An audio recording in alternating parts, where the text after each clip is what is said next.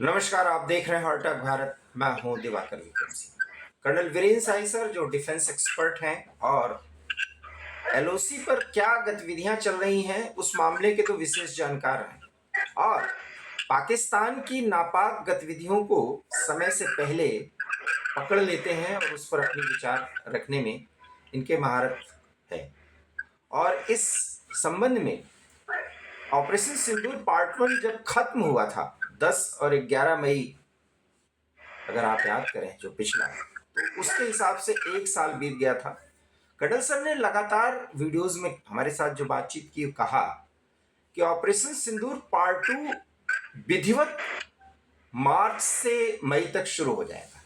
लेकिन मई भी बीत गया, अब तो जून भी बीतने वाला है और ये इसलिए नहीं शुरू हो सका। विधिवत शब्द याद रखिएगा, वैसे तो ऑपरेशन सिंदूर रुका ही नहीं था, वो कहीं न कहीं किसी न किसी रूप में चल रहा है जो आपको नहीं दिख रहा है, लेकिन उससे ज्यादा खतरनाक तरीके से चलाया जा रहा है। और सिर्फ वेस्टर्न फ्रंट पर ही नहीं, ईस्टर्न फ्रंट पर भी, अर्थात बांग्लादेश के साइड पर भी, म्यांमार में भी, पाकिस्तान तो है ही है, और एलएसी को भी उस पर भी फोकस है। लेकिन अब पाकिस्तान बौखला गया है। अब आपको लग रहा होगा कैसे बौखला गया।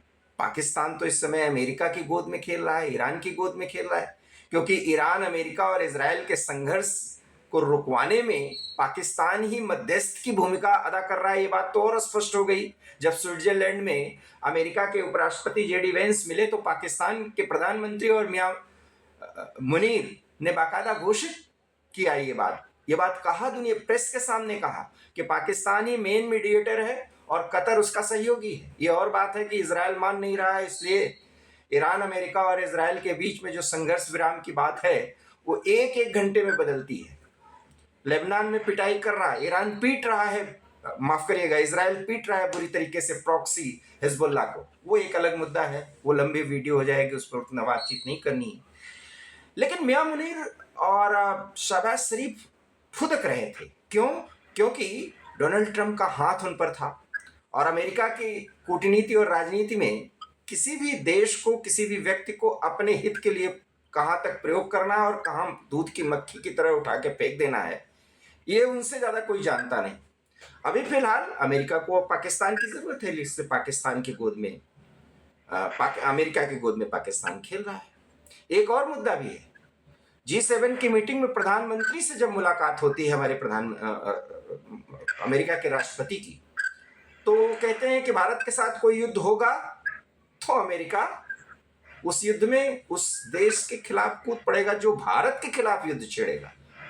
बस अमेरिका की ये बात वहां के राष्ट्रपति के मुंह से निकली नहीं कि मियां मुनीर को सांप सूंघ गया और शहबाज शरीफ हक्का बक्का रह गए। और इधर पाकिस्तान के अंदरूनी हालात क्या हैं? पीओजेके जो भारत का हिस्सा है, उस पीओजेके में पिछले 10 से 12 दिनों में आजादी की मांग बहुत ही खतरनाक ढंग से आगे बढ़ रही है और वहां की सेना और सैनिक बल बहुत ज्यादा मुश्किलों में फंसते नजर आ रहे हैं।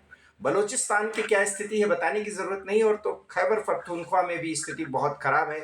ऐसे में पूरे अलग थलग पड़े इस भूखे नंगे देश में उस आवाम को, 25 करोड़ के आवाम को हिंदुस्तान के विरोध के नाम पर एक करने की एक आखिरी कोशिश मियां मुनीर और शहबाज शरीफ शुरू कर चुके हैं। प्रमाण ये है कि ये सब बाकायदा घोषित कर रहे हैं कि अगर भारत ने कोई दुस्साहस किया, क्योंकि भारत युद्ध छेड़ना चाहता है, तो पाकिस्तान जवाब देने के लिए तैयार है। और कई बहाने बना रहे हैं कि सिंधु जल समझौता निलंबित कर दिया, हमारा पानी रोका गया, हम इसके लिए युद्ध लड़ सकते हैं, भारत पाकिस्तान के मामलों में बिना मतलब दखल दे रहा है, हम युद्ध शुरू कर सकते हैं। ये कोई सामान्य व्यक्ति नहीं कह रहा है, ये वहां के उप प्रधानमंत्री डार बोल रहे हैं, वहां के विदेश मंत्री बोल रहे हैं और वहां के राष्ट्रपति जरदारी खुद बोल रहे हैं, और उनके बेटे जो पता नहीं किस अंदाज में बोलते हैं कि वो पुरुष हैं या डॉट डॉट डॉट, वो भी कह रहे हैं कि हम भारत के खिलाफ युद्ध शुरू करेंगे। तो सवाल ये है कि क्या वो घड़ी नजदीक आ गई? कर्नल सर अब आगे बोलेंगे कि क्या स्थितियां बन रही हैं जो इस बात की ओर संकेत कर रही हैं कि कुछ तो घटना घट रही है। Over to you sir. धन्यवाद दिवाकर जी। कई मुद्दे आपने महत्वपूर्ण उठाए। मैं समझता हूँ इस पर हम बारी बारी बातचीत करें।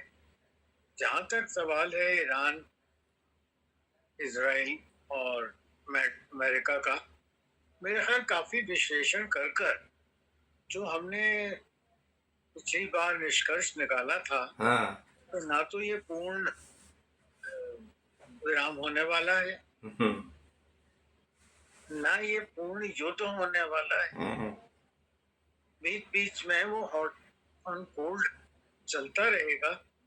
अमेरिका कोशिश करता रहेगा युद्ध विराम की, और पिछले अंदर खाने एक अंडरस्टैंडिंग रहेगी इजराइल को कि आप अपना जितना लक्ष्य पूरा कर सकते हैं करते रहिए। बहुत कहीं बढ़ जाएगा, ईरान की तरफ से कुछ जवाबी कार्रवाई होगी तो हो सकता है थोड़ा बहुत इजराइल और ईरान का डायरेक्ट भी हो जाए। होर्मुज एक बार फिर बंद हो गया है। हम्म, मैं समझता हूँ ईरान इच्छा कर रहा है होर्मुज का विकेट कार्ड यूज करके कि वो कुछ और कंसेशंस इस समझौते में डाल सके। मेनली वो फाइनेंशियली हो सकते हैं। उनका जो रिलीज्ड विदहेल्ड पैसा है वो रिलीज करा लें और अपने ऊपर कुछ सैंक्शंस कम करा लें। उन्हीं के ऊपर नेगोशिएशन हो सकती हैं, क्योंकि एटॉमिक फ्रंट पर इजराइल ईरान झुकने को तैयार है, हम्म, और हिजबुल्लाह और जो अटैक्स हो रहे हैं इस पर इजराइल झुकने को तैयार नहीं। जी जी। तो अपना चल रहा है, सिलसिला चलता रहेगा हॉट एंड कोल्ड। और वो देश जो कि पूर्णतः पेट्रोल डीजल के आयात पर ही निर्भर हैं, उनको काफी समस्या होगी। इनमें से छोटे मुल्क जो ज्यादा हाथ पैर नहीं फैला पाए तो ज्यादा तंग होंगे। तंग सभी हैं, भारत भी उसमें शामिल है। हालांकि हमने ऑल्टरनेटिव तरीके ढूंढे हैं। कुछ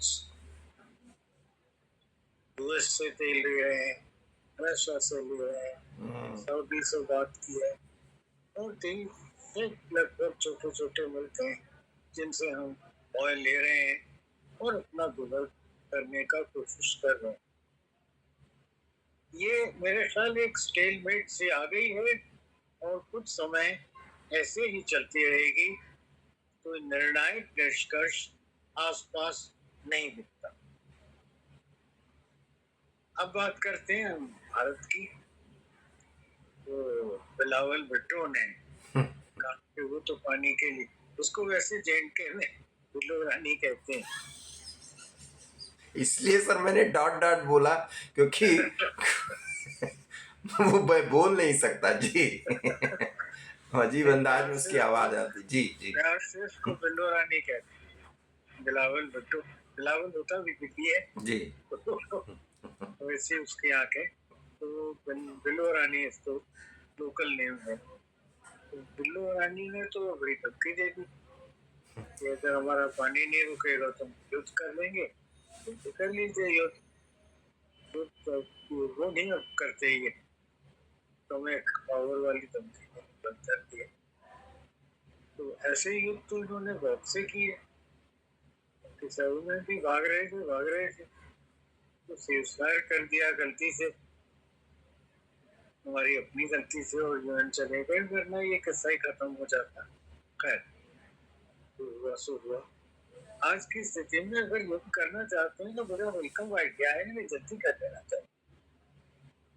काफी भाग दौड़ बढ़ जाएगी कटोरा लेके उधर, इतनी बार सिलसिला क्लियर हो जाएगा। बलोच भी ऐसे ही चाहते हैं शायद, वो भी उस मौके का फायदा वाले भी उस मौके का फायदा। कितना दम बाजुए कातिल रहे जहाँ तक उनके तुर्की शक्ति वाले दोस्त थे, वो भी देख जाएगा। इसके साथ ही मुझे एक जो भी समस्या नजर आती है, ये जो ईस्ट में हमारी पेंसिलवेनिया तो हालांकि हमारा जो फोर्स जिसने रिएक्ट किया था वो मुझे बताते हैं कि 7 लोगों की टीम गई थी। 2 मशीन गनर्स थे, 3 राइफलमैन थे, एक उनके कमांडर थे। टोटल नाइट स्टैंडन के साथ टोटल 7 लोगों की टीम थी, जिन्होंने बीएसएफ के दूर से उनको फिर चैलेंज किया, अगर आप नहीं रुकते तो फिर हम एक्शन लेते हैं। फिर वो भाग वो गए। वो क्या है इनका, बंगाल गार्ड, बीजीबी है, हाँ, बांग्लादेश, हाँ। बांग्लादेश बॉर्डर गार्ड बॉर्डर या गार्ड्स, जी। प्रदेश गार्ड बॉर्डर, वो फिर भाग वो गए। वो लोग, उनके साथ जो लोकल आए थे वो भी भाग गए। और अभी तो हमारा फेंसिंग का काम जारी है, तो शोर से चल रहा है और बड़ा अच्छे स्पीड से चल रहा है। यूएन में जाने का उन्होंने कोशिश किया था, वहां पर उनकी कुछ दाल गली नहीं।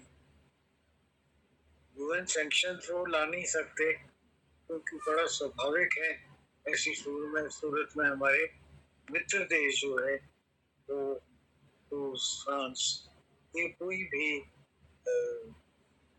ऐसा होने नहीं देंगे। तो इस सब को देखते हुए तो बात भी उनकी बनती नजर नहीं आती।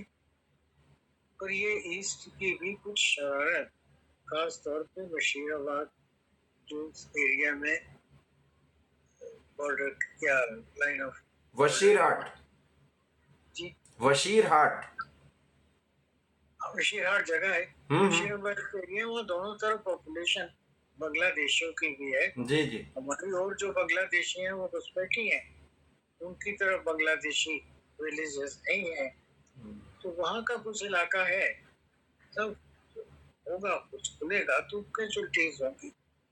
मैं समझता हूँ हमारी बीएसएफ और लोकल फोर्सेस ही बहुत ज्यादा काफी हैं उससे निपटने के लिए। और फिर पूरा भारी तगड़ा तंदुरुस्त ईस्टर्न कमांड बैठा है, back and call for that. Sir, हम ईस्टर्न कमांड पर आते हैं। पहले मियां मुनीर जो संसद से लेकर के बड़े बड़े नेताओं से बयान दिलवा रहे हैं कि हम तैयार हैं, इसके थोड़ा मायने और स्पष्ट कीजिए। ये तैयारी का क्या, उनका जो तौर तरीका है, ये क्या शो कर रहा है?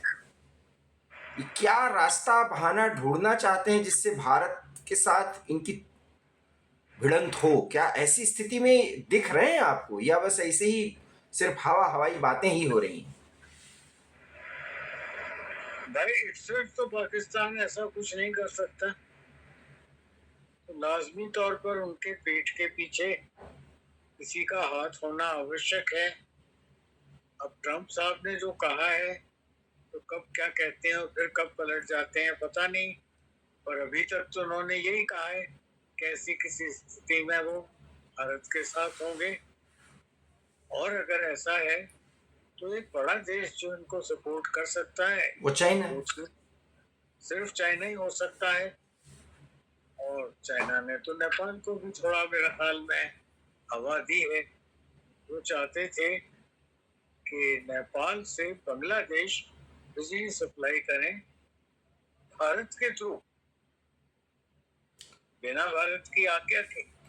सर, आप जो कह रहे हैं इसमें मैं कुछ और पॉइंट जोड़ना चाहता हूँ। आप कह रहे हैं कि हालांकि वास्तव में ट्रंप की बात का भरोसा नहीं किया जा सकता। सवाल यह है कि अगर चीन पाकिस्तान को उकसाएगा तो रूस चीन को ऐसा करने देगा?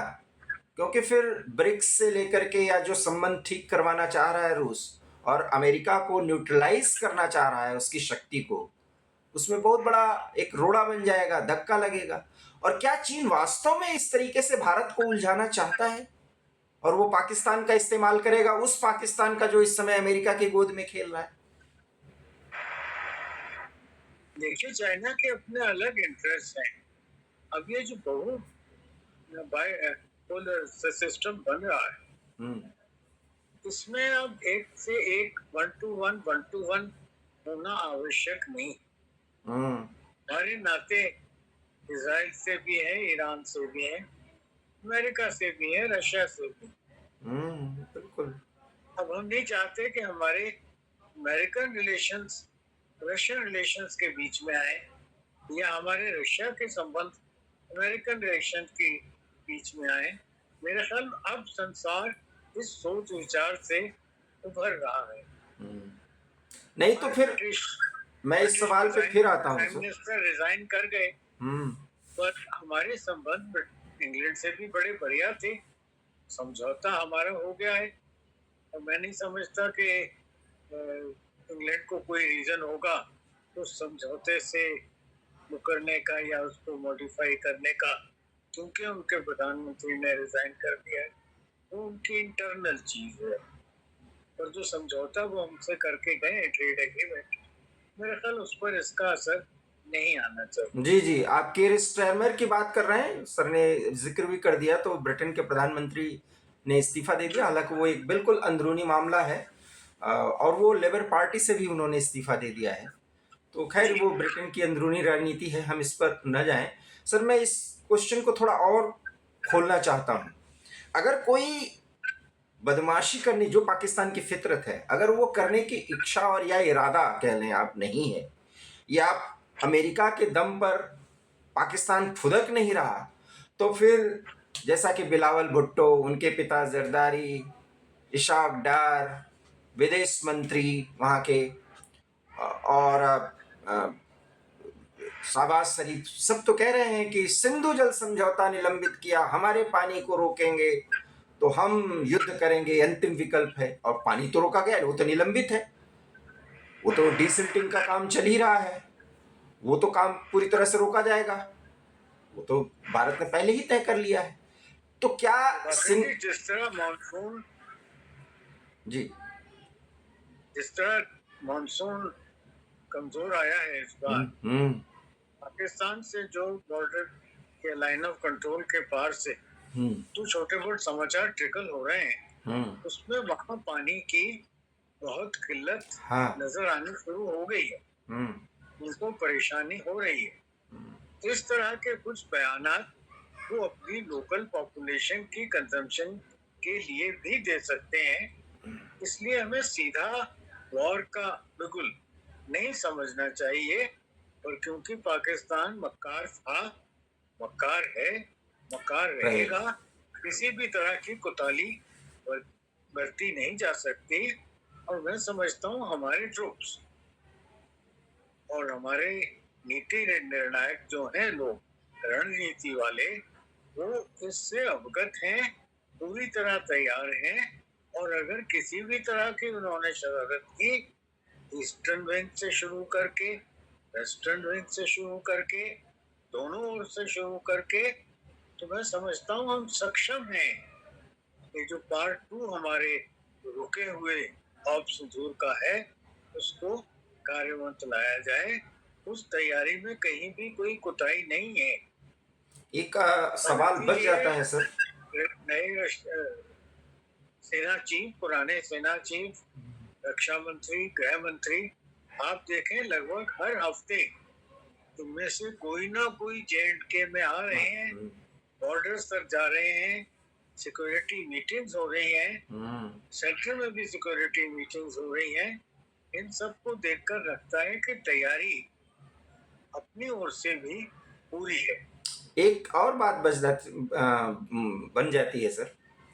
पाकिस्तान के बौखलाने का कारण एक तो POJ उनके हाथ से निकल रहा है, निकला नहीं है, लेकिन हाँ वहाँ के लोग तो मुखर हैं, वो भारत से मिलना चाहते हैं, नहीं मिलना चाहते हैं। जैसा कि आपने एक वीडियो में कहा जिसमें अमजद मिर्ज़ा साहब, वहाँ के एक्टिविस्ट ने अपने आप को जोड़ा था हार्ट अटैक भारत के साथ, और बीच में वो चले गए थे, तो वो एक अलग मुद्दा है।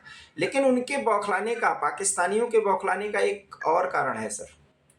कश्मीर में खीर भवानी मेला तो आप समझ ही रहे होंगे, 25,000 लोग वहां पर इकट्ठा हुए, आज ही है जब हम बात कर रहे हैं। वहां इतने उत्साह के साथ JNK में लोग जा रहे हैं, और 2 दशकों से, वो 90 के बाद से वो बाहर रहे, अपनी पुश्तैनी जमीन को पाने की उनकी जो इच्छा है वो जागृत हो गई है।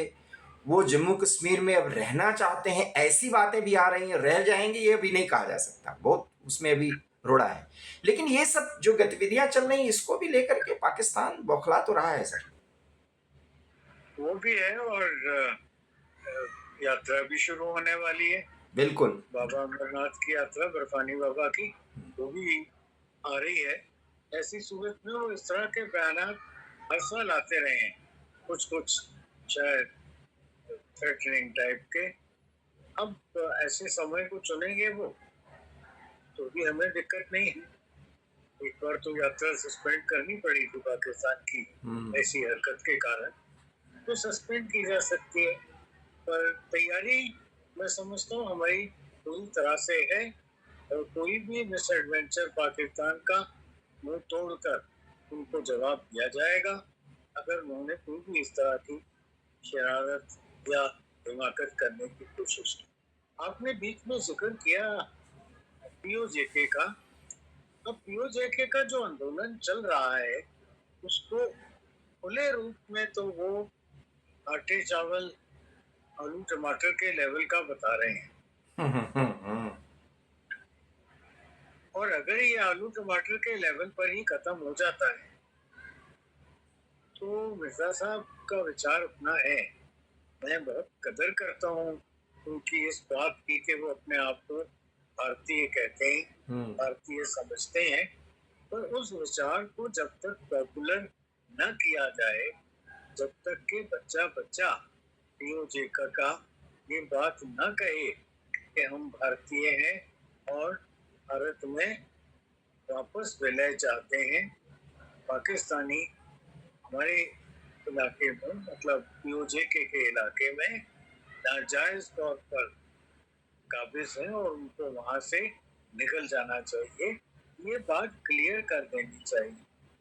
जब तक ये बात क्लियर नहीं करें तब तक ये आशा करना कि हम उनके स्वतंत्रता संग्राम में शामिल हो जाएं और वो स्वतंत्र होकर थैंक यू सो मच करें और फिर वैसे ही पाकिस्तान के पीछे लगे रहें, तो वो तो कोई बात बनती नहीं।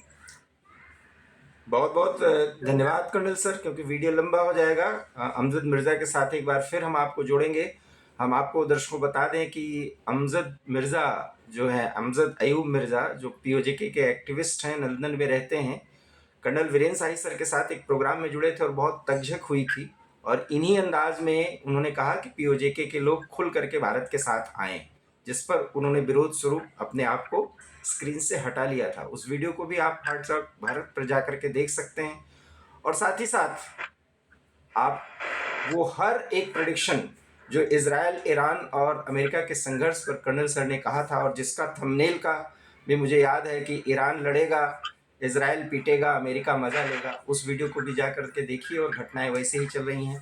रही बात कि पाकिस्तान में जो उछल कूद मच रही है भारत को लेकर के, कितना दमखम रख करके पाकिस्तान ये छल कूद मचा रहा है, इस पर भी कर्नल सर ने अपनी बात रखी। आप कहाँ तक इनके विचार से सहमत हैं, इस वीडियो पर अपने विचार रखिए, कमेंट करिए, वीडियो को लाइक कीजिए, शेयर कीजिए। हमारे चैनल हार्ट टॉक भारत को अगर आपने अभी तक सब्सक्राइब नहीं किया तो इसे सब्सक्राइब कर लीजिए। बहुत बहुत धन्यवाद सर, आपने बातचीत की। नमस्कार। धन्यवाद।